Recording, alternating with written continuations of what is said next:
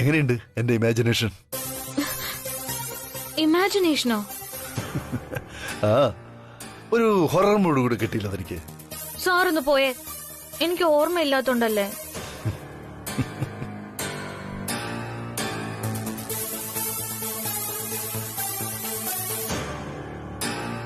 നമ്മുടെ പ്രണയ സാഫല്യ സമയങ്ങൾ ഹൊറർ മൂഡാക്കാതെ തന്നെ ഇങ്ങോട്ടിരുന്ന്.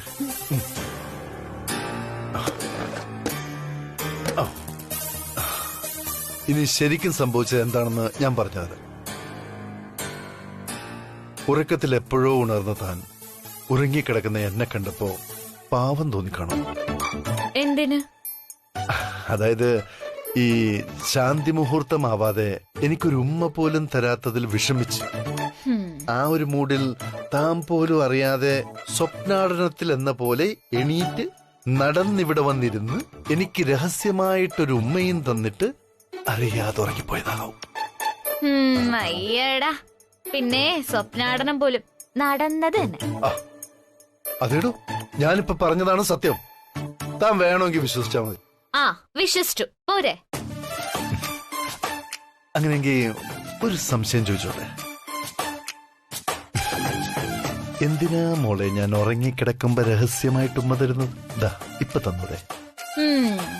ചുറ്റി വളഞ്ഞു വന്നപ്പോഴേ എനിക്ക് തോന്നി ഫിനിഷിംഗ് പോയിന്റ് ഇത് തന്നെ ആയിരിക്കുന്നു. എന്റെ പൊന്ന് സാറേ, ഒരു കോളനിയിൽ ജനിച്ചു വളർന്നതുകൊണ്ടാവും ഇങ്ങനത്തെ നമ്പറൊക്കെ കേട്ടാലേ എനിക്ക് അപ്പൊ തന്നെ മനസ്സിലാവും. അതുകൊണ്ട് എന്റെ പൊന്നുമോൻ എണീറ്റ് ഫ്രഷ് ആവാൻ നോക്ക്. എങ്കിലേ ചൂടോടെ ഒരു ഉമ്മ കിട്ടിയാൽ ഞാൻ അപ്പ ഫ്രഷ് ആവും. ഇവിടെ വന്നു കയറിയപ്പോ മുതല് ഞാൻ ഏറ്റവും കൂടുതൽ കേൾക്കുന്ന വാക്കാ ഇത്. ശാന്തി മുഹൂർത്തം ആവാതെ ആ വാക്ക് ഈ വീട്ടില് കേട്ടുപോരുത്. ഓ, അപ്പോഴേക്കും പിണങ്ങിയോ? എന്നോട് ചൂടോട് ചോദിച്ചത് കിട്ടിയില്ലെങ്കിലും താഴെ പോയി സുകന്യോട് ചൂടോടൊരു ചായ ചോദിച്ചാ അത് കിട്ടും. വേഗം എണീറ്റ് താഴേക്ക് ചെല്ല്, അപ്പോഴേക്കും ഞാനൊന്ന് ഫ്രഷ് ആവട്ടെ. നമുക്ക് ഹോസ്പിറ്റലിലോട്ട് പോവാം. കമാ. അയ്യോ ചേട്ടായി, അത് തന്നെയാ ഞാൻ അമ്മയോട് പറഞ്ഞോണ്ടിരുന്നത്. ഇത് കണ്ടില്ലേ, ഇത്രേ ഉള്ളൂ. I M okay, perfectly okay. എനിക്കൊരു കുഴപ്പമില്ല, എനിക്കൊരു കുഴപ്പമില്ല. ഞാൻ പോയി ഒന്ന് ഫ്രഷ് ആയിട്ട് വരാം. പിന്നെ ചേട്ടായി, ഈ കാര്യം രേഖയോട് പറയല്ലേ. എന്റെ ഈ ജോഗിങ്ങിന്റെ കാര്യത്തിൽ ഒരു തീരുമാനമാവും, അതുകൊണ്ടാ. സർ, സർ, രാവിലെ മുതൽ ഈ വീടിന്റെ പരിസരത്ത് ഒരു കാർ കിടക്കുന്നുണ്ടായിരുന്നോ? കണ്ടിട്ട് വേറെ സംശയമൊന്നും തോന്നാത്തതുകൊണ്ട് ഞങ്ങളത് കാര്യമാക്കില്ല. പക്ഷെ രഘു സാർ ജോഗിങ്ങിന് പോയപ്പോ ആ കാർ സാറിന്റെ പിന്നാലെ ഉണ്ടായിരുന്നു. ഒരു ചാര നിറത്തിലുള്ള ഇന്നോവ കാറായിരുന്നു അത്. ആ ചേട്ടായി, അതേ നിറത്തിലുള്ള വണ്ടി തന്നെയാ എന്റെ നേരം വന്നത്. നീ ആ വണ്ടിയുടെ നമ്പർ ശ്രദ്ധിച്ചോ? ഇല്ല ചേട്ടായി, പെട്ടെന്ന് ഇങ്ങനെയൊക്കെ സംഭവിച്ചപ്പോ എനിക്ക് നമ്പർ നോട്ട് ചെയ്യാൻ പറ്റിയില്ല.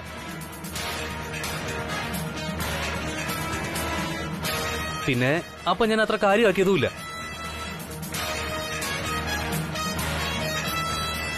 രഘു, നീ പോയി ഫ്രഷ് ആയിക്കോ. ടി എടുക്കാൻ മറക്കണ്ട. ശരി ചേട്ടായി. നമ്മുടെ വീടിന്റെ പരിസരത്ത് നിങ്ങൾ കണ്ടുവെന്ന് പറയുന്ന ആ കാറിന്റെ നമ്പർ നിങ്ങൾ നോട്ട് ചെയ്തിരുന്നു? Yes sir. ഡൽഹി രജിസ്ട്രേഷൻ ആയിരുന്നു. നമുക്ക് പുറത്തുനിന്ന് സംസാരിക്കാം. വാ. Okay sir. രവി,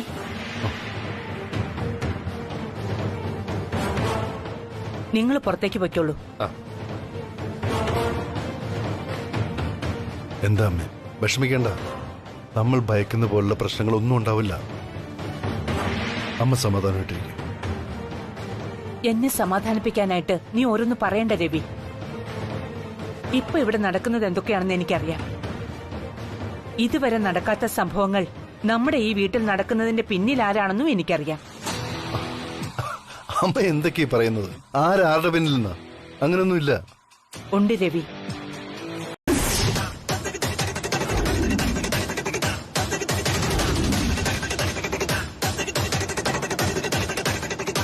അനിയനോ ഭാര്യയോ ആണെങ്കിൽ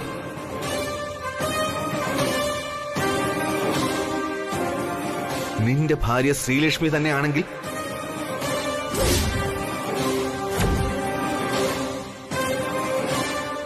സംഭവിച്ചു കഴിഞ്ഞിട്ട് പിന്നെ പശ്ചാത്തപിച്ചിട്ട് കാര്യമില്ല രവി. ഞാനും എന്റെ ആളുകളും എപ്പോഴും കൂടെ ഉണ്ടാവും. പക്ഷേ അവൻ ഏത് രീതിയിലാണ് അറ്റാക്ക് ചെയ്യുന്നതെന്ന് പ്രിഡിക്ട് ചെയ്യാൻ പറ്റാത്തത് കൊണ്ടാ ഞാൻ വീട് മാറുന്നതിനെ കുറിച്ച് പറയുന്നത്. ഇപ്പോഴത്തെ നിന്റെ ഒരു തീരുമാനം വളരെ നല്ലതാണ്. നിന്നെ വിശ്വസിച്ചതുകൊണ്ട് മാത്രം വേറൊരാളുടെയും ജീവൻ പോകാൻ ഇടയാവരുത് രവി. ഇന്നത്തെ നിന്റെ തീരുമാനം നാളെ നിനക്ക് മുന്നോട്ട് കുതിക്കാനുള്ള ബലമായി മാറുകയുള്ളൂ.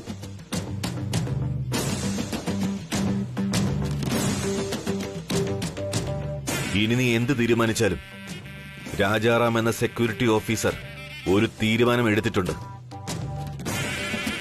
എനിക്കെന്റെ ബോസിന്റെ ജീവനാണ് വലുത്. അതിലൊരു കോംപ്രമൈസ് ചെയ്യാനും ഞാൻ ഉദ്ദേശിക്കുന്നില്ല. Better you make a good decision, but it should be right.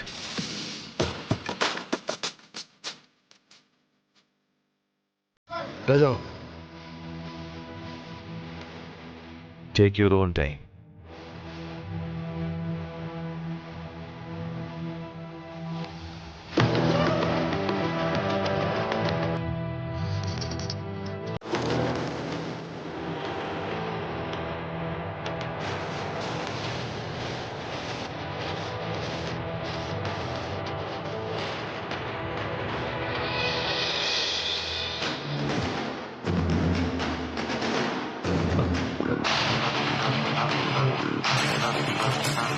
Raghu sir പറഞ്ഞ പോലെ രേഖ മാഡത്തിന് ഫീവറോ മറ്റു കുഴപ്പങ്ങളോ ഒന്നുമില്ല. അപ്പൊ പിന്നെ ഇങ്ങനെ സംഭവിക്കാൻ മാത്രം എന്തു പറ്റി ഡോക്ടർ? 2 ദിവസം മുൻപ് രാത്രി രേഖ മാഡം എന്തോ കണ്ട് പേടിച്ചു എന്നല്ലേ പറഞ്ഞത്? ആ, അതിനെ കുറിച്ചുള്ള ചിന്തകൾ കാരണമുള്ള ചെറിയ സ്ട്രെസ്, അത്രേ ഉള്ളൂ. Nothing much to worry on this. പക്ഷെ ഡോക്ടർ, രാവിലെ രേഖ വല്ലാതെ വിറയ്ക്കുന്നുണ്ടായിരുന്നു. എന്തോ കണ്ട് പേടിച്ചതുപോലെയായിരുന്നു ഭാവമൊക്കെ. ആരെയും അടുത്തേക്ക് അടുപ്പിച്ചില്ല, ഈ എന്നെ പോലും. ശ്രീലക്ഷ്മി ഇങ്ങനൊരു ഡൗട്ട് പറഞ്ഞത്.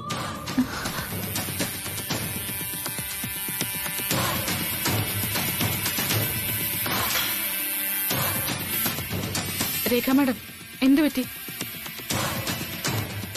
കണ്ടില്ല ഡോക്ടർ, ഞാൻ പറഞ്ഞില്ലേ രേഖയ്ക്ക് എന്തോ കുഴപ്പമുണ്ട്. എന്തെങ്കിലും ബുദ്ധിമുട്ടുണ്ടെങ്കിൽ ഡോക്ടറോട് തുറന്നു പറ രേഖ.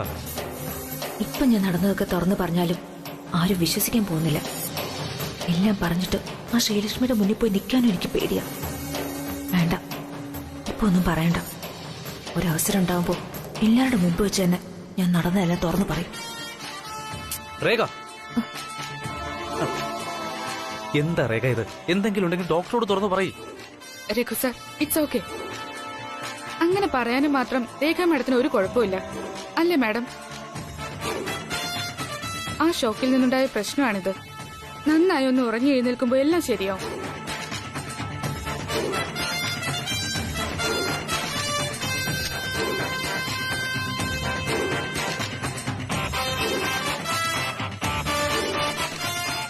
ദാ 3 ദിവസത്തേക്കുള്ള ടാബ്ലറ്റ്സ് ഉണ്ട്. പുറത്തുനിന്ന് വാങ്ങണം. വീണ്ടും എന്തെങ്കിലും ബുദ്ധിമുട്ടുണ്ടായ എന്നെ വിളിച്ചാൽ മതി. ശരി ഡോക്ടർ, താങ്ക് യു. ശരി രേഖ വാ.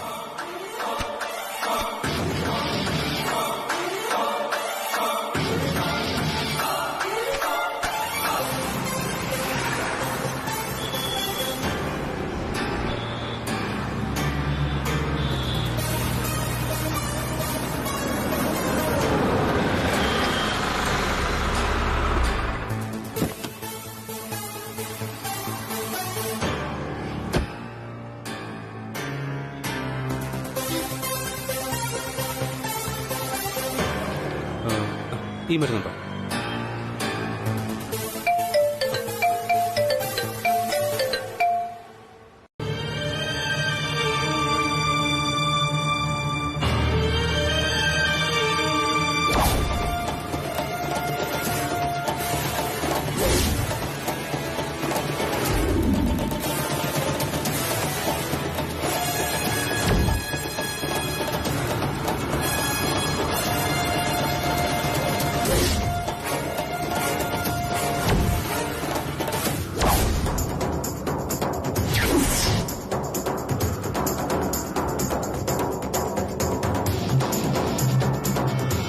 അമ്മേ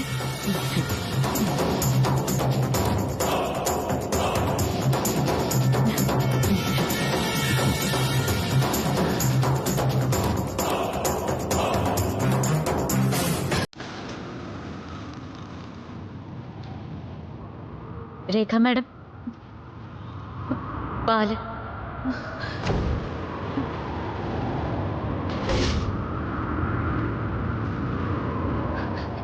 എനിക്ക് വേണ്ട.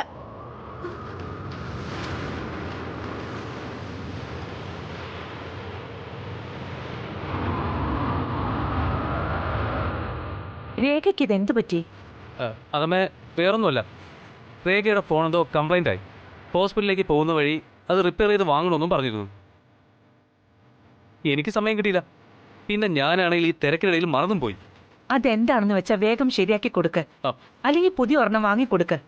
ഇല്ലെങ്കിൽ അത് മതി ഇവിടെ കോലാഹലം ഉണ്ടാകാൻ. പുതിയത് വേണ്ട, അത് തന്നെ വേണമെന്നുള്ള വാശിയില്ല രേഖ. അതിലെന്തോ ഇമ്പോർട്ടൻറ്റ് ഡേറ്റ ഉണ്ടെന്നാണ് പറയുന്നത്.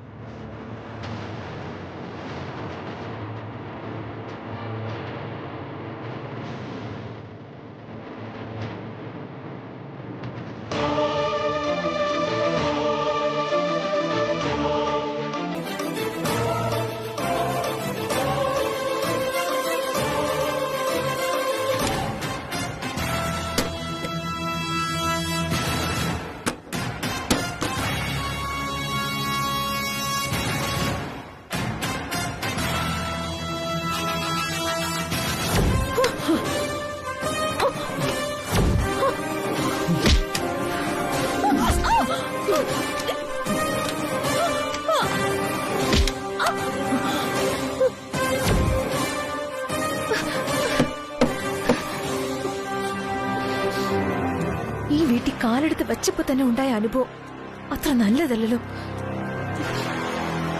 അവളുടെ രൂപവും ഭാവവും കണ്ടപ്പോ തന്നെ എന്തോ ഒരു ഭയം.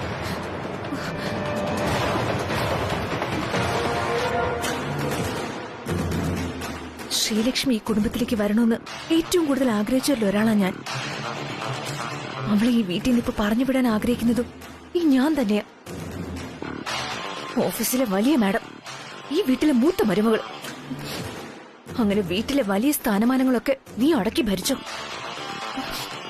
ആ ഫോൺ ഒന്ന് റിപ്പയർ ചെയ്ത് കിട്ടേണ്ട സമയം, ആ സമയദൈർഘ്യം മാത്രം നിന്റെ ഈ വീട്ടിലെ ആയുസ്.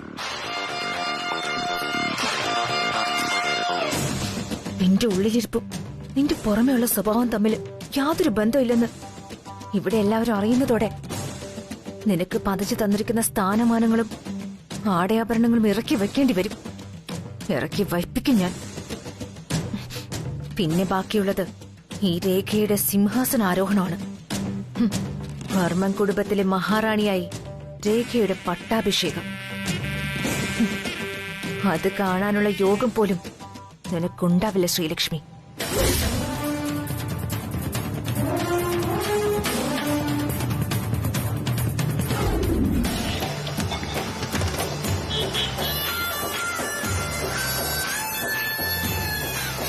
നോക്കൂ, രാജനന്ദിനി വിലാസം പോലെ അല്ല ഇപ്പോഴത്തെ വീട്.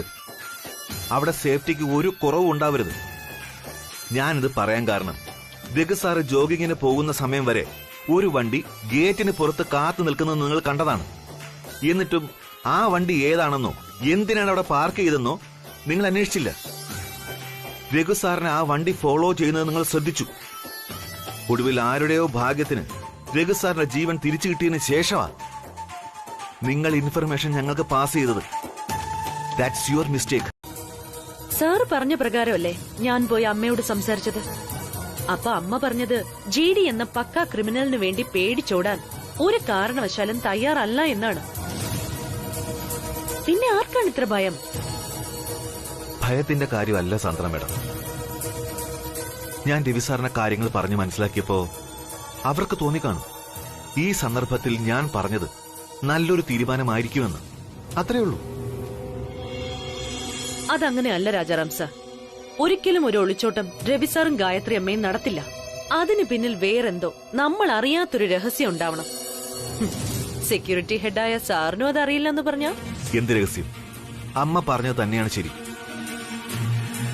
GD അയാൾ എങ്ങനെ എന്ത് എപ്പോ ചെയ്യുമെന്ന് നമുക്ക് പ്രെഡിക്റ്റ് ചെയ്യാൻ പറ്റില്ല. കറക്റ്റ് ആണ് സർ പറഞ്ഞത്. പക്ഷേ ഇപ്പൊ പറഞ്ഞതില് ചെറിയൊരു തിരുത്തുണ്ട്. എങ്ങനെ എന്ത് എപ്പോ ചെയ്യുമെന്ന് നമുക്ക് പ്രെഡിക്റ്റ് ചെയ്യാൻ പറ്റാത്തത് ജിഡിയുടെ കാര്യത്തിലല്ല രാജാറാം സർ, ശ്രീലക്ഷ്മിയുടെ കാര്യത്തിലാണ്. ശ്രീലക്ഷ്മിയോ? What you mean? I mean it sir. ആ വീട്ടിൽ ഓരോ ദിവസം കഴിയുന്തോറും അപകടകാരിയാവുന്നത് അപ്രത്യക്ഷത്തിലുള്ള ജിഡി അല്ല, പ്രത്യക്ഷത്തിലുള്ള ശ്രീലക്ഷ്മിയാണ്. രാജനന്ദിനി വിലാസത്തിലെ ആ ഒരു മുറി, ആ ഒരു റൂം ശ്രീലക്ഷ്മിയായിട്ട് കൂട്ടി വായിക്കുമ്പോ there is something wrong. അതൊക്കെ സാന്ദ്ര മേഡത്തിന് തോന്നുന്നതാ. ഒരിക്കലും ശ്രീലക്ഷ്മി മേഡത്തിന്റെ പ്രോബ്ലം കൊണ്ടല്ല ഈ വീട് മാറിയത്. ഞാൻ അങ്ങനെ തറപ്പിച്ച് പറയാൻ കാരണം പുതിയ വീട്ടിലും അതേ റൂം ക്രിയേറ്റ് ചെയ്തിട്ടുണ്ട്. ശ്രീലക്ഷ്മി മേഡത്തിന് ആ റൂമുമായി പ്രശ്നമുണ്ടെങ്കിൽ രവി സാർ ഒരിക്കലും അത് ചെയ്യില്ല. രവി സാർ ഓൾറെഡി രാജനന്ദിനി മാഡത്തിന്റെ ഫോട്ടോയും സ്വർണ്ണാഭരണങ്ങളും ആ മുറിയിലേക്ക് മാറ്റിക്കഴിഞ്ഞു.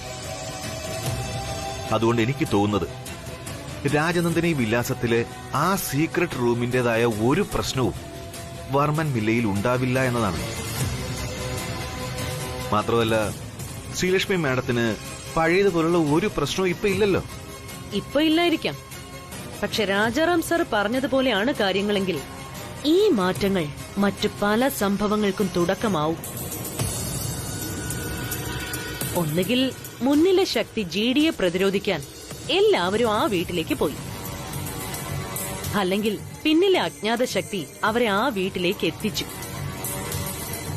ഞാനീ പറഞ്ഞതിൽ ആദ്യത്തേതാണെങ്കിൽ നോ പ്രോബ്ലം.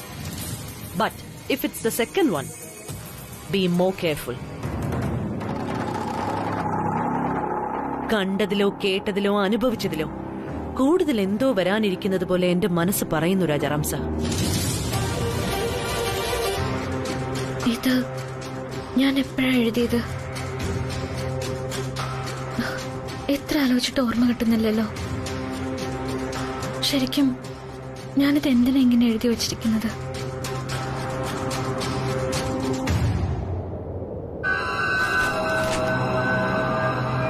ഈ ഡയറിയിൽ ഞാൻ എഴുതുന്ന ഓരോ വാക്കും അക്ഷരം പ്രതി സത്യമാണ്. ഇതെന്റെ ഭൂതകാലത്തിനും ഭാവി ജീവിതത്തിനും ഇടയിലുണ്ടായ ഞാൻ അറിഞ്ഞ സത്യങ്ങളാണ്. ഇത് ഞാൻ എന്നോട് തന്നെ പറയുന്ന നഗ്ന സത്യം. എന്റെ പഴയ ജീവിതത്തിനും നടന്നുകൊണ്ടിരിക്കുന്ന ജീവിതത്തിനും ഇടയിലുണ്ടായ പരിഹരിക്കാനാവാത്ത ചില പ്രശ്നങ്ങൾ. ഇന്നത്തെ അഷ്ടമി ദിവസം ഞാൻ മനസ്സിലാക്കുന്ന ഈ സത്യങ്ങളാണ് ഇനി അങ്ങോട്ട് എന്റെ സുരക്ഷയും ഭാവിയും.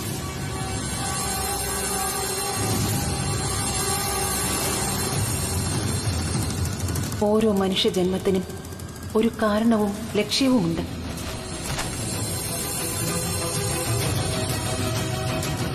ആ കാരണത്തിന് പിന്നിൽ ചെയ്യേണ്ടതായിട്ടുള്ള ഒരുപാട് കർമ്മങ്ങളുണ്ട്. എല്ലാ മനുഷ്യർക്കും ലക്ഷ്യത്തിലേക്കെത്താൻ കടമകളും ഉത്തരവാദിത്തങ്ങളും ഉണ്ടാകും. ഇപ്പോൾ നീ അറിയേണ്ടതും അതാണ്. ശരിക്കും നീ ആരാണ്?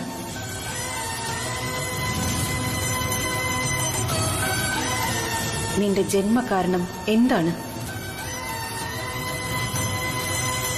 നിനക്കും രവിക്കുമിടയിലുള്ളത് പ്രണയമാണോ? അതോ അത് മുൻ ജന്മത്തിലെ ആരംഭിച്ച ബന്ധം?